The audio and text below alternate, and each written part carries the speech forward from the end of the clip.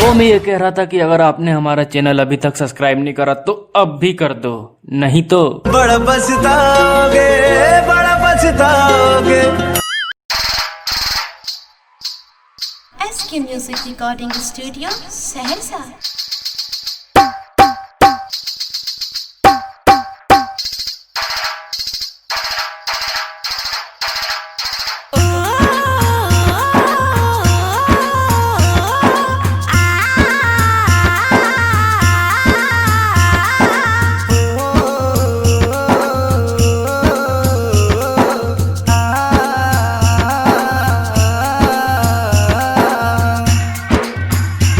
Music Recording Studio, Saharsa.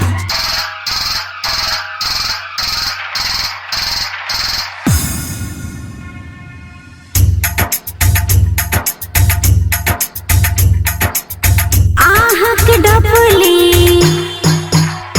हाँ हमर पायल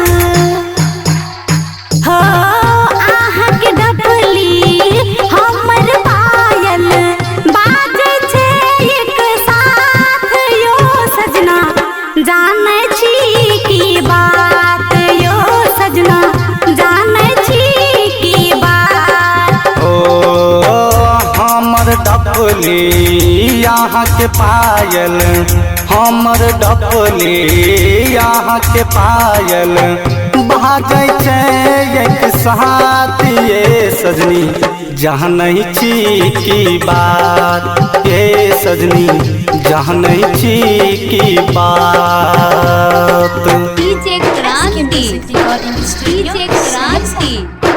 DJ क्रांति, डीजे क्रांति।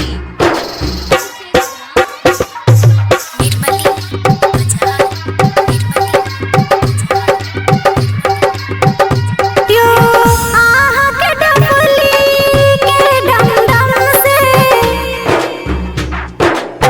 आहक डबली के डम डम से, अहाँ के पायल के छम छम से, संगीतों की मनमीतों की, संगीतों की मनमीतों की होई छे जे बरसात यो सजना, जाने छी की बात यो सजना, जाने छी की बात। हमर डबली यहाँ के पायल, हमर डबली यहाँ के पायल बाजै छै एक साथ ये सजनी, जहाँ नहीं छी की बात हे सजनी, जहाँ नहीं छी की बात।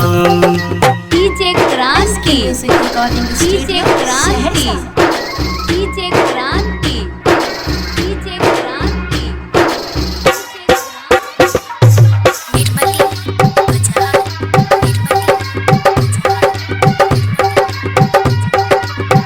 जब साथ नहीं दै छी सजनी यहाँ, जब साथ नहीं दै छी सजनी यहाँ, हाथ पे हाथ नहीं रखै छी यहाँ, खाली खाली सुनी सुनी, खाली खाली सोनी सोनी दुनिया लगई छे यहाँ यो सजना, जाने छी की बात यो सजना, जाने छी की बात। यो आहक डबली हमर पायल, हमर डबली यहाँ के पायल बाजै छे